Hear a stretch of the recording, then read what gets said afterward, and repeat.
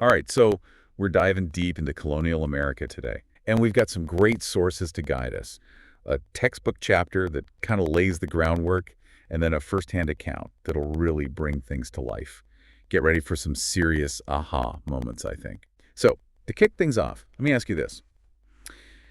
Have you ever wondered who was really in charge along the Atlantic coast by the late 1600s?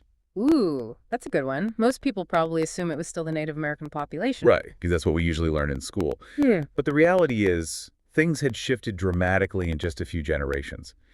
By the late 1600s, Europeans and Africans actually outnumbered Native Americans along the Atlantic coast. It's a pretty mind-blowing fact when you think about it. It is. I mean, that's a huge GE change. So what happened? What led to such a dramatic shift in the population? Well, there were three main factors at play. You had immigration, of course, tons of people coming over from Europe seeking new opportunities. Right, that makes sense.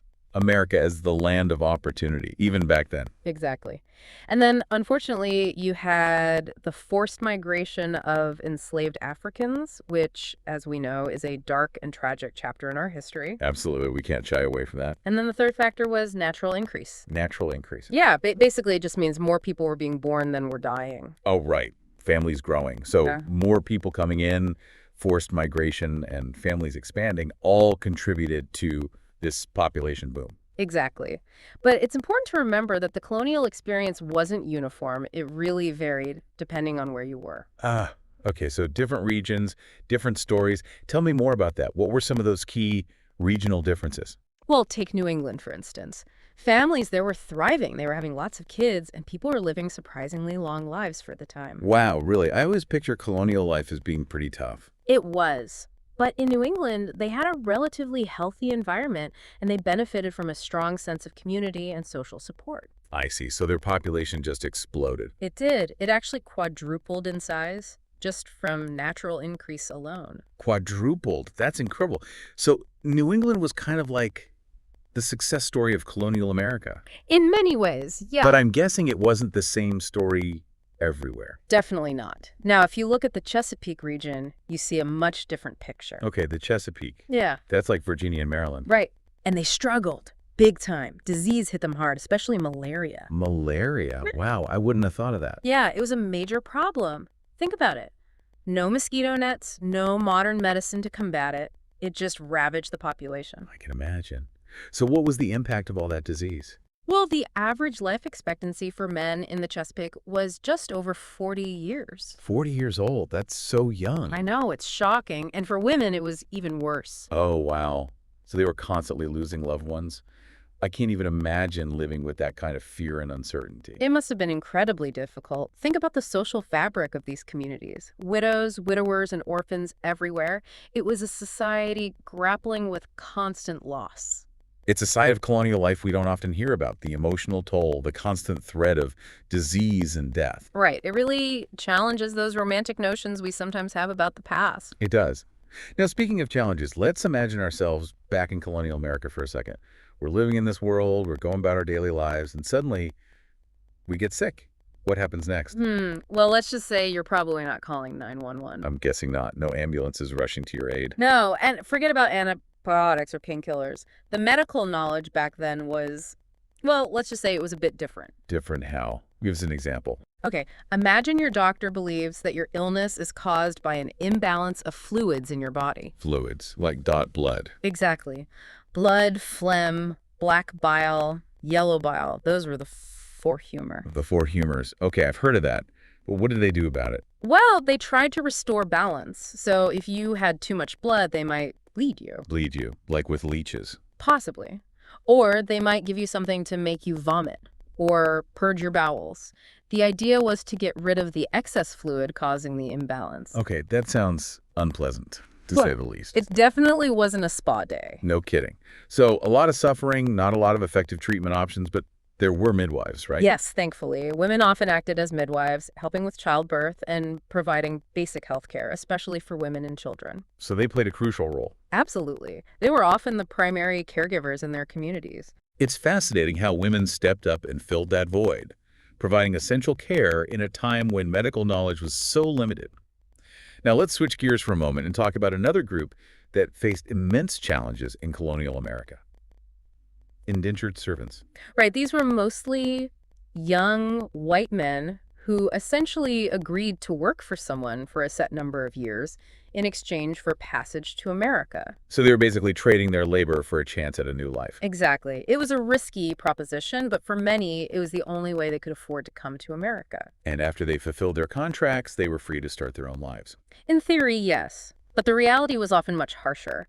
Many indentured servants died before completing their terms. Oh, wow. I didn't realize it was that dangerous. It was. And even those who survived often faced difficult conditions and limited opportunities. So not exactly the American dream they were hoping for. Not always. And as time went on, the system of indentured servitude gradually gave way to a much darker system.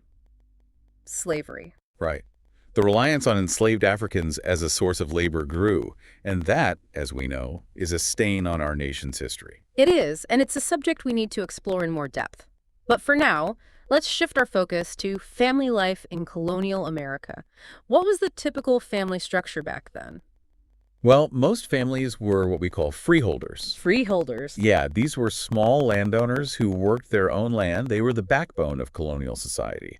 So they were striving for that classic ideal of self-sufficiency. Exactly. But life for women in particular was very different from what we might imagine today. Okay, different how? Well, they were expected to be completely subservient to their husbands and fathers. They had very limited legal rights and were seen primarily as helpmates, responsible for taking care of the household and raising children. So not exactly a life of equality and empowerment. Not at all. And their workload was immense. Imagine tending gardens, spinning wool, making clothes, churning butter, cooking, cleaning. The list goes on and on. Wow, it sounds exhausting. And they were often having large families, right? Yes, 6 or 7 children wasn't unusual. Wow, it's hard to fathom the amount of work and responsibility they carried. But speaking of difficult realities, we need to address the elephant in the room, the Atlantic slave trade. You're right. It was a horrific chapter in human history, driven by Europe's insatiable demand for sugar. Sugar, so this wasn't just about tobacco and cotton. Not at all. Sugar was a major driving force behind the slave trade, and it created this global network of trade and exploitation. So how did it work? Well, imagine raw materials like sugar, tobacco, and cotton, produced using enslaved labor, being shipped to Europe. And in exchange, the colonies received manufactured goods like rum, molasses, and cloth. Ah, so it's this cycle of trade that fueled the growth of slavery. Exactly. And it connected the colonies to the broader global economy in ways that are often overlooked. It's a sobering reminder that the pursuit of profit often came at a terrible human cost. And it's a global story, not just an American one. Absolutely. Now, the South Atlantic slave trade wasn't just one static thing. It actually went through different phases over time. So how did it evolve? What were the key changes? Well, initially it was focused mainly on South America, with the Portuguese playing a dominant role. But as the demand for sugar grew, the focus shifted to the Caribbean and Brazil. Ah, those sugar plantations. I've read about the brutal conditions there. It was horrific. Millions of Africans were forcibly transported to work on those plantations, and many died from disease, overwork, or brutality. The scale of it is just staggering. It is. It's estimated that over half of the entire slave trade occurred during the 18th century alone. And the British, Portuguese, and French were responsible for transporting about 90% of all those enslaved people. 90%, that's just mind-boggling. It's a dark chapter in human history. And what makes it even more complex is that African kings themselves played a role. What do you mean? Well, some African kings, seeking to consolidate their power, would capture and sell other Africans to European traders. They saw it as a way to gain wealth and military advantage. So it wasn't just Europeans imposing their will on Africa. There was complicity within Africa itself. Sadly, yes. It's a nuanced and uncomfortable truth, but it's essential to acknowledge if we want to understand the full complexity of the slave trade. Absolutely. We need to avoid those simplistic narratives that often flatten history. Yeah. But let's focus on the journey those enslaved people were forced to endure, the Middle Passage. Can you paint a picture of what that experience was like? Just imagine being crammed into the hold of a ship, chained together, barely enough room to breathe, disease running rampant. It was a nightmare. And we have a first-hand account that really brings that nightmare to life. You ready to hear this? Absolutely. This is from Olada Equiano's narrative. He was a man who lived through this horror, and his words are chilling. He writes, "The closeness of the place and the heat of the climate added to the number in the ship, which was so crowded that each had scarcely room to turn himself, almost suffocated us. It's hard to even imagine those conditions. I know, it's just awful. And he goes on. This produced copious perspirations, so that the air soon became unfit for respiration, from a variety of loathsome smells, and brought on a sickness among the slaves, of which many died. It's a powerful and heartbreaking account. It is, and it gives you a visceral sense of the suffering they endured. It's estimated that around 14% of those transported from Africa died during the Middle Passage. Some succumbed to disease, while others, driven to desperation, chose to jump overboard rather than face a life of slavery. It's a stark reminder of the human cost of this trade. It is. But even for those who survived the Middle Passage, their experiences vary depending on where they landed. That's right. Conditions weren't uniform across the colonies. For instance, slaves who ended up working on tobacco plantations in the Chesapeake region generally had slightly better conditions than those on rice or sugar plantations. Why was that? What made tobacco plantations less harsh? Well, tobacco cultivation wasn't as physically demanding as rice or sugar. I see. So even within the horrors of slavery, there were degrees of suffering. Sadly, yes. And the mortality rates also differed. The Chesapeake wasn't as heavily impacted by malaria as other regions, but down in South Carolina, where rice was king, the labor was incredibly brutal and the death rates were significantly higher. It's almost impossible to grasp the scale of the suffering endured by these people. Hmm. But you mentioned earlier that slavery wasn't always the rigid system we often imagine. Right. It's a nuance that's often overlooked, but in the early days of the colonies, there were instances where white and black laborers actually worked together with a degree of equality. Really? That's surprising. It is.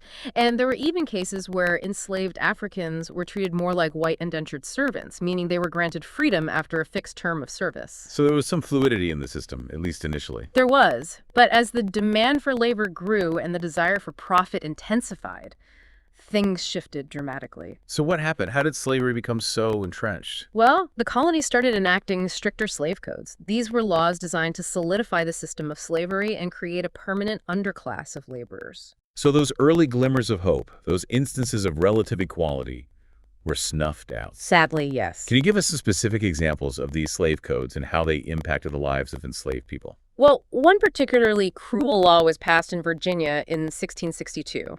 This law stated that the legal status of a child followed the condition of the mother. So, if a woman was enslaved, any children she had would also be born into slavery. Wow, that's just heartbreaking, taking away any hope of freedom for future generations. Exactly. It was designed to perpetuate the system of slavery.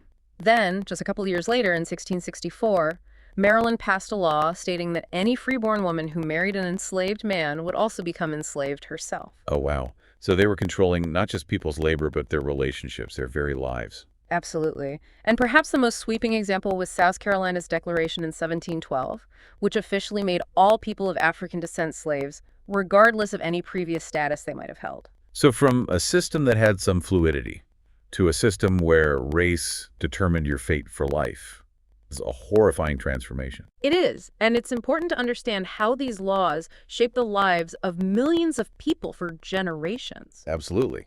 And it's a reminder that slavery wasn't just a Southern phenomenon. It was deeply embedded in all 13 colonies. That's right. And as those large plantations grew in size and influence, the legal and social structures that supported slavery became more and more entrenched. So you had this stark contrast emerging. On one hand, you have these wealthy planters trying to emulate the refined lifestyles of the English gentry. And on the other hand, you have an entire population stripped of their basic humanity and treated as property. It's a disturbing juxtaposition. But even amidst this oppression, something remarkable happened.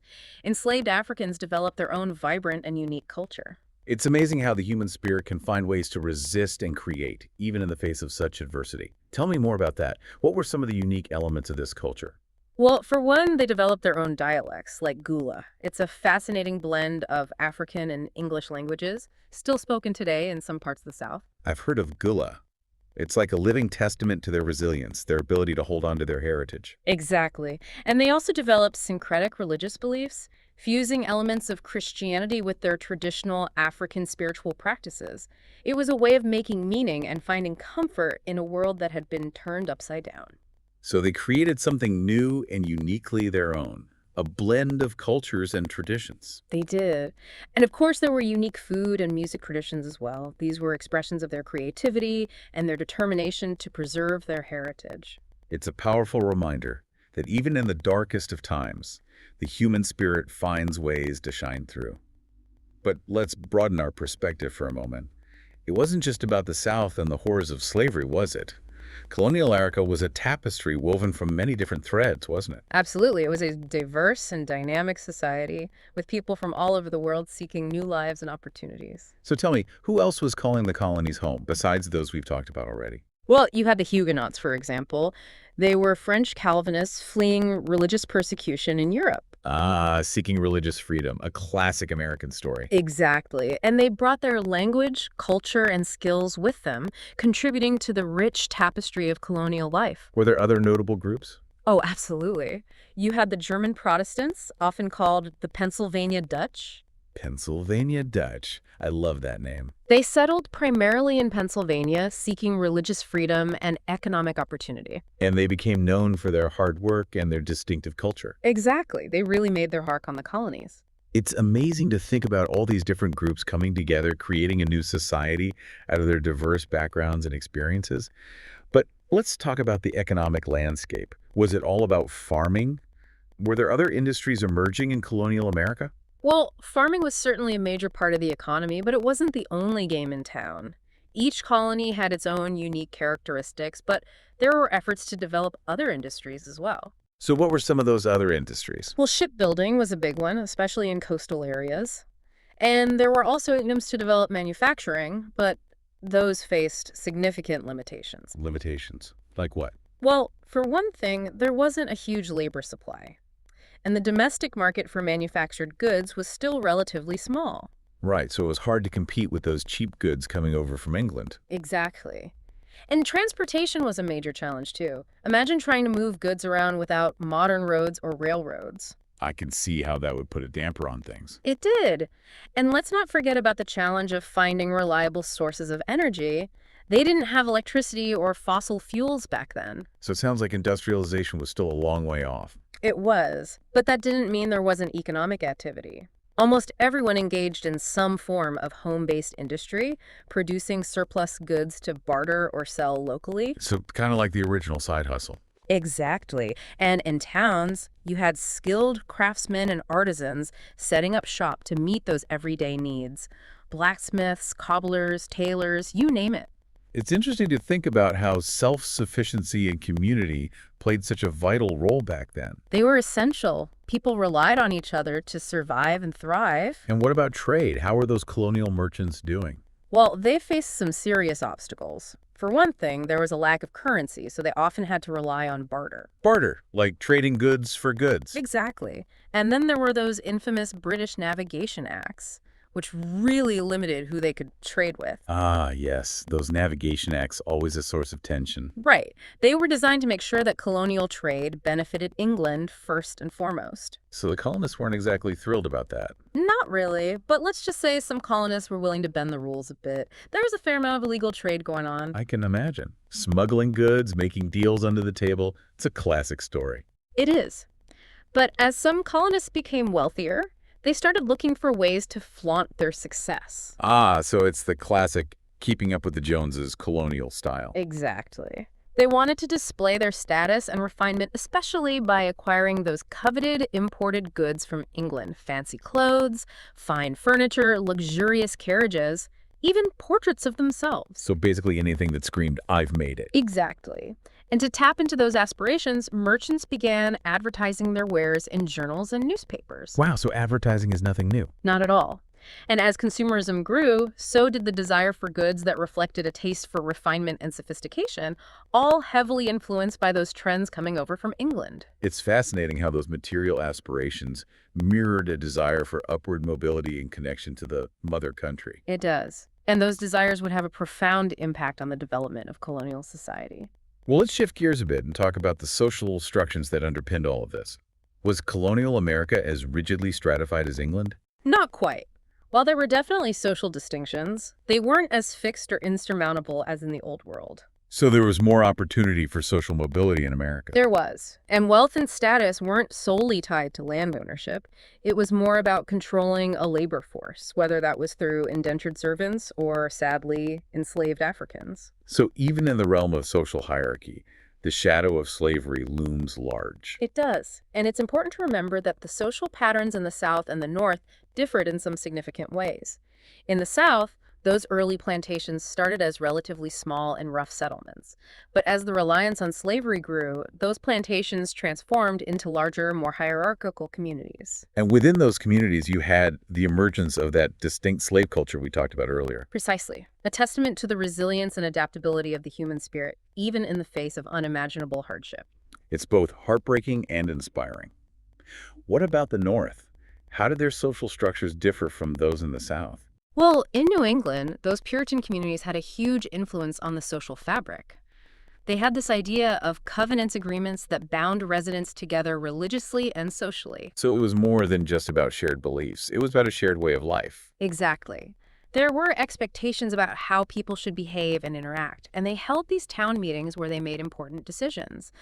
But only adult male church members were allowed to participate. Not exactly a model of inclusivity and democracy. True, but it was a different time, and those Puritan ideals really shaped the social and political landscape of New England. Another interesting thing about those New England communities was that land became increasingly scarce. Scarce. Why was that? Well, it was partly because of their system of inheritance. Sons would inherit smaller and smaller portions of land as the generations went on. So younger generations often had to look elsewhere for opportunities. They did. Many headed west in search of land or moved to cities in search of work. So those tight-knit communities weren't always so idyllic, especially for those who didn't fit the mold or were looking for a fresh start. Right. There were tensions and conflicts, just like in any society. Speaking of cities, what was city life like in colonial America? Were they anything like the bustling metropolises we know today? Well, they were certainly bustling hubs of activity, but on a much smaller scale. Think cobblestone streets, the clatter of carriages, the smells of spices and freshly baked bread. So kind of like stepping back in time. Exactly. But they were also centers of trade, commerce, and cultural exchange. You'd find the most advanced schools in the cities, the most sophisticated cultural activities, and shops overflowing with imported goods. So they were kind of like mini Londons, offering a taste of the sophisticated life back in England. In a way, yes. But they also had their challenges. Challenges, like what? Well, as cities grew, crime and poverty became serious problems. So it's a mixed bag, just like cities today. Right. But there was also a sense of possibility and excitement in those cities. They were places where new ideas were debated and where the future was being shaped. Newspapers flourished, books were more readily available, and taverns and coffee houses buzzed with conversation and debate. Sounds like fertile ground for intellectual discourse. It was. And it's no coincidence that many of the ideas that fueled the American Revolution originated in those bustling urban centers. Cities as catalysts for change. I love it. But while we're on the topic of changing ideas, let's talk about the Great Awakening, that period of intense religious revivalism that swept through the colonies. Ah, the Great Awakening. It really shook things up in the 1730s and 1740s. So what was it all about? What sparked this religious fervor? Well, some Puritan churches had grown concerned about what they saw as declining piety. They felt like people were straying from the strict religious principles of the early settlers, so they launched a campaign to rekindle that fire and brimstone faith. So it was a reaction to what they perceived as a loosening of morals and a decline in religious devotion. Exactly. And they had some pretty charismatic preachers spreading their message, like Jonathan Edwards and George Whitefield. Ah, those fiery sermons designed to strike fear in the hearts of sinners. Precisely. They emphasized the need for repentance, for an emotional connection with God. They preached about the horrors of hell and the glories of heaven. And their message resonated with people. It did. Thousands flocked to hear them preach. So it was more than just about going to church on Sunday.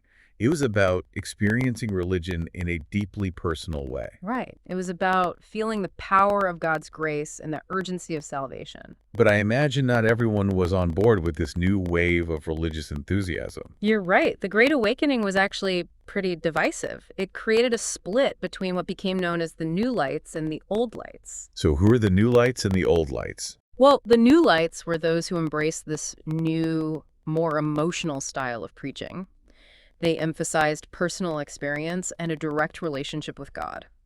The Old Lights, on the other hand, clung to the traditional ways, favoring a more intellectual and less emotional approach to faith.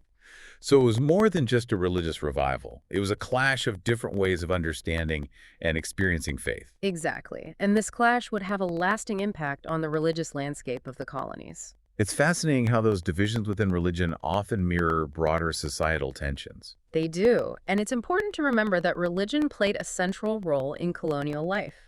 It shaped people's values, their communities, and even their political views. Right. It wasn't just a private matter, it was a public force. Exactly. And it would continue to shape the course of American history for centuries to come.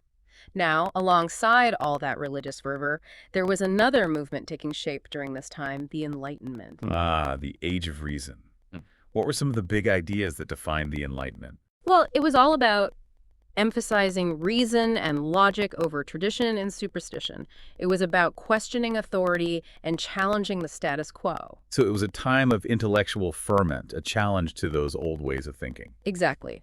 Thinkers like Thomas Hobbes, John Locke, Jean-Jacques Rousseau, and Montesquieu were having a huge impact on how people thought about government, individual rights, and the very nature of society. Those are some big names. What were some of their key ideas? Well, John Locke, for instance, argued that all individuals are born with certain natural rights, the right to life, liberty, and property. Those sound familiar. They should. Those ideas would be echoed in the Declaration of Independence just a few decades later. So the seeds of revolution were already being sown in the Enlightenment. They were. The colonists were reading these works, discussing these ideas, and it was starting to change how they viewed their relationship with England. It's amazing to see how these seemingly abstract ideas can have such concrete consequences in the real world.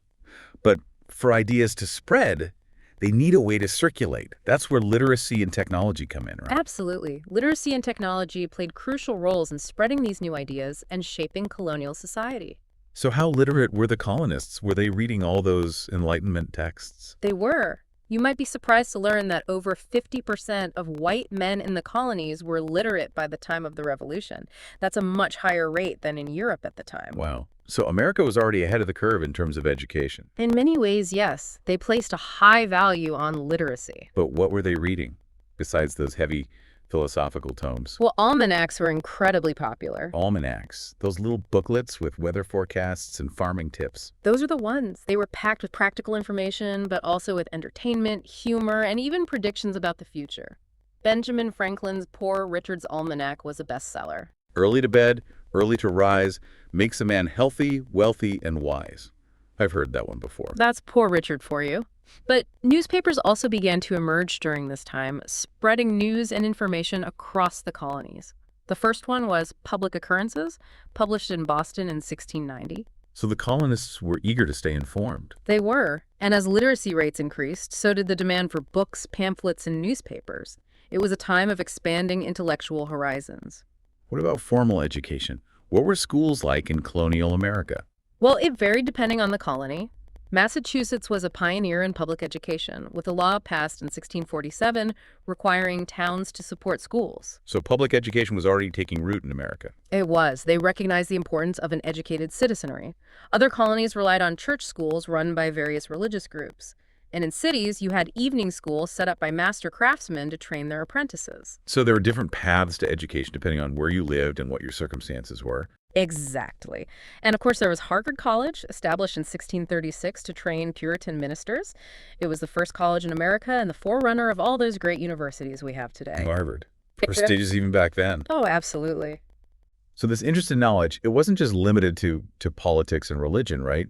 Your sources also talk about science becoming increasingly popular. Absolutely. The Enlightenment had a huge impact on that. Reason, observation, experimentation, these were the guiding principles of the day. And no one embodied that scientific spirit better than Benjamin Franklin. With his kite and key experiment. That's the one. He proved that lightning was a form of electricity. And then he invented the lightning rod. It was a practical application of scientific knowledge that saved countless lives and buildings. It's amazing, isn't it, how these seemingly abstract scientific ideas could have such real-world impact. Yeah, it really is. And Franklin wasn't the only one. Cotton Mather, the Puritan minister. The one involved in the Salem witch trials. That's right. While he was also a proponent of smallpox inoculation. Really? That's surprising.